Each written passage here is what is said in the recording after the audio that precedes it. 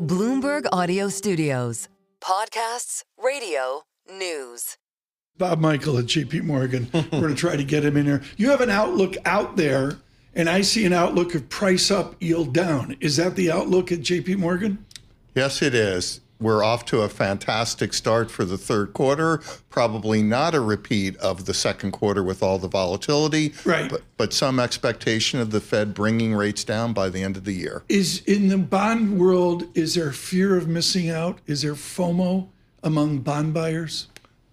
We're starting to feel that now. There are more and more conversations with clients who are in cash, looking for an opportunity to get into the bond market and trying to figure out where in the bond market to go.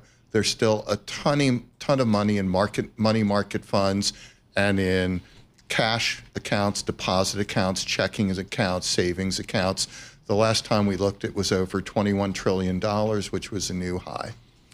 Bob, we saw earlier in the year a move of capital out of the U.S. into other markets, notably the European equity markets, and they're outperforming the U.S. equity markets. Have we seen that in the fixed income world as well? We actually haven't. There's been a lot of discussion about it, a lot of conversation. There was a bit of a pause in the end of April, start of May, where foreign investors who had typically put money to work in the U.S. bond market just stopped, and then it started up again. And we've seen no selling of U.S. fixed income assets and reallocation overseas. What we have seen is rethinking whether they want the dollar exposure to go along with that. Most now are taking some dollar exposure, but hedging some back to their base currency. Bloomberg Dollar Index, you bring it up, the Bloomberg Dollar Index is down almost 10% this year. We don't see that very often, do we? What do you make of it? For us, it's a reflection of an overcrowded, overbought trade, where coming into this year, everyone wondered, how is the dollar up there so high? What's keeping it up there? And it kept going. And then there was a catalyst and a reason to diversify out of dollars. We think actually there's another 5% move in the dollar index lower. I modeled it today. I did not use Fibonacci's, which I really don't believe in. And I came with a further decline of BBDXY of 6.3%, total 15% down. And that takes it back to that range that we're at. You're in meetings with lots of foreigners using JPMorgan for wisdom on American full faith and credit. Do you see any tendency that they want to walk away at the margin of a belief to own and at the margin buy, acquire our bills, notes, and bonds? None whatsoever. There is no concern about the full faith and credit of the U.S. Treasury. There was a bit of a pause on the amount of supply. Would it be too much? But there was a lot of conversation about looking for an alternate. Do we have to have everything in dollar assets? Isn't there something else that could act as a calm in the storm to treasuries and dollars?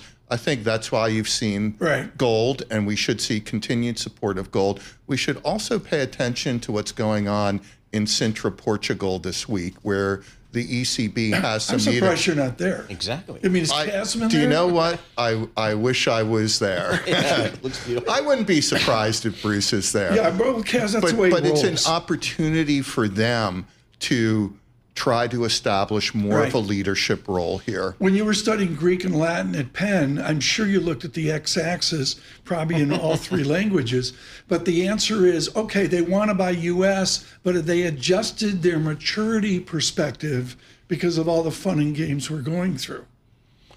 By and large, the investors we deal with, where we've seen a lot of flows from wealth management channels and total return investors, has always been the intermediate part of the curve. The long end of the curve is really owned by pension funds and insurance companies, and they're far more strategic in where and how they invest, and they have certain trigger levels depending on their estimate of liabilities. I would say they've been pretty steady investors.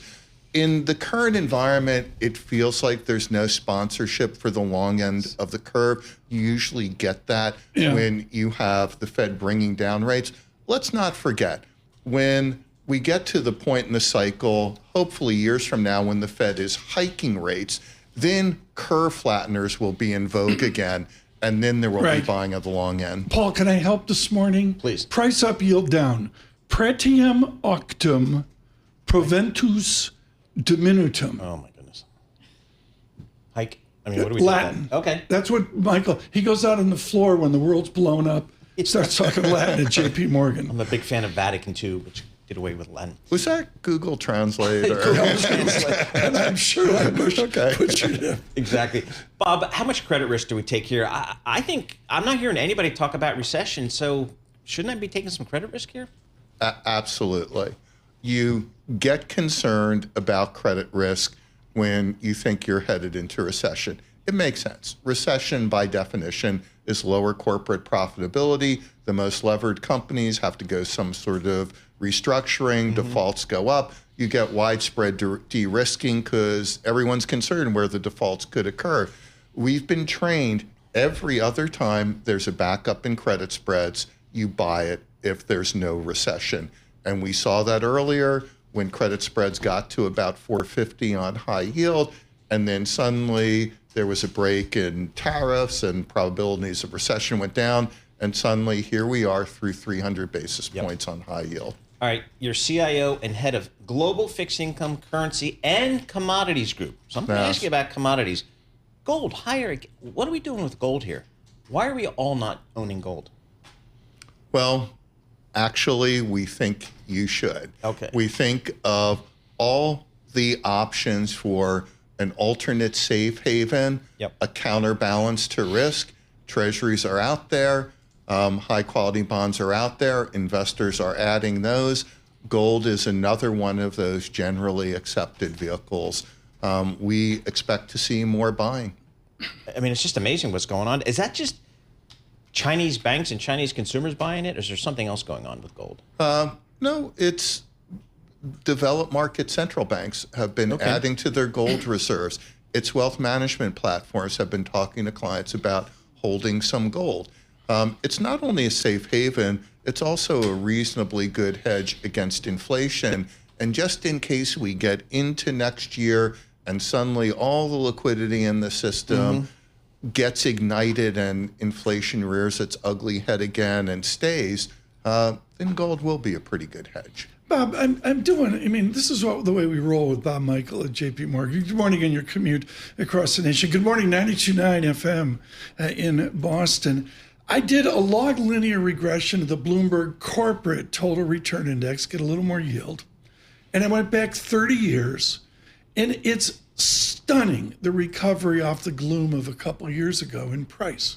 You guys nailed it. Do you envision in your head that with price and making the coupon, we will get back on trend of a wonderful linear trend from about 2003 straight up, that we'll get price up back on trend that we knew before the debacle? It feels like it. It feels like we're, first of all, in an interest rate environment that will have yield to it. We're not going back to 0% interest rates. I don't know if the Fed brings rates down to 3%, maybe 3.5%, but somewhere in the threes puts Treasury close to 4% and puts credit close to 5%, which is kind of where we are. That's a pretty good level to be a holder of high quality corporate debt. Where's job in Manhattan? Internship with Bob Michael at JPMorgan. It's like, you're working 6 days a week. They love it. Do you just throw Fabosi at them? Because none of these kids remember like a normal yield market. So we now call them analysts. We don't call them interns. They're summer analysts. And Jamie approved that? And they come prepared far more than I ever remember. They come with a level of knowledge of markets and how the financial system works that probably took me 5 years to get there. The great Al Hunt used to lecture at your Pennsylvania, and Al told me once, he said, Tom, you're in the classroom, and every single person there is smarter than L. Hunt was at 30 or 35. And you know what? There's a stars. lot of truth to that. They just know it. Bob, what's our Analysts. Exactly, not interns. Okay, Is there our guys make a note, Eric. They're called analysts now here. Summer analysts. Noted, thank you. Okay, noted. What is our Federal Reserve thinking these days, Bob? I mean, they could probably just give themselves a nice pat on the back and say, we've engineered a nice soft landing. We've weathered some of the uncertainty from tariffs. Inflation seems okay. The economy, okay, it's slowing, but it's still there. Do they need to do anything? They're thinking, how fast can I get out of here and go to the beach? I promise I'll come back after Labor Day. That gives me a couple weeks to look at the data, see how the U.S. economy survived the summer. We'll have more clarity on the one big beautiful bill. We'll have clarity on tariffs, hopefully. We'll start to gauge the impact to the labor market and to prices. Then we can make a decision whether we can and should bring rates down in September or whether we stay on track for December. Let's go back to your outlook. What is the insight? I think of Jamie's great annual letter, which I really advocate, folks, as a long read. And there's 4, 5, 6 themes. What's a theme secondary within your mid-year outlook that deserves note?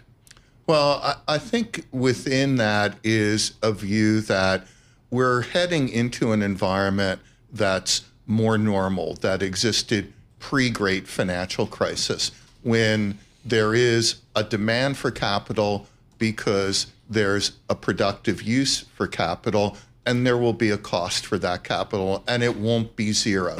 Does that mean the Fed funds rate belongs about where that first dot was that the Fed put out in 2012, 4.25%? Maybe, could be. Get ready for that. Get ready for markets where you could see a surge in inflation. The Fed may have to go to 6%, and they may have to, apply a little stimulus and go down to 3%. I think that's the market we're headed for, and I think that's an exciting market. Bob, do we ever have to worry about deficits and national debt? I'm looking at the negotiations going on down in Washington right now. We're all seeing, talking about $2, $3, $4 trillion of deficits coming out of this budget plan. Do we ever have to worry about that? I mean, you're the front lines of the fixed income markets. How do you think about that? We should, and I think we all have a sense of righteous indignation because every month we go home and rebalance our checkbook and pay bills, and it seems like our government doesn't have to. But the reality is we're watching deficits go up globally. We're now seeing Europe starting to borrow and spend. And it seems to be the generally accepted principle that government should be allowed to borrow and spend, and you appoint central bankers, which will help underwrite that borrowing and spending. Generous time with you. Thank you so much. Mr. Michael is with JPMorgan. Get their outlook from the analysts at JPMorgan.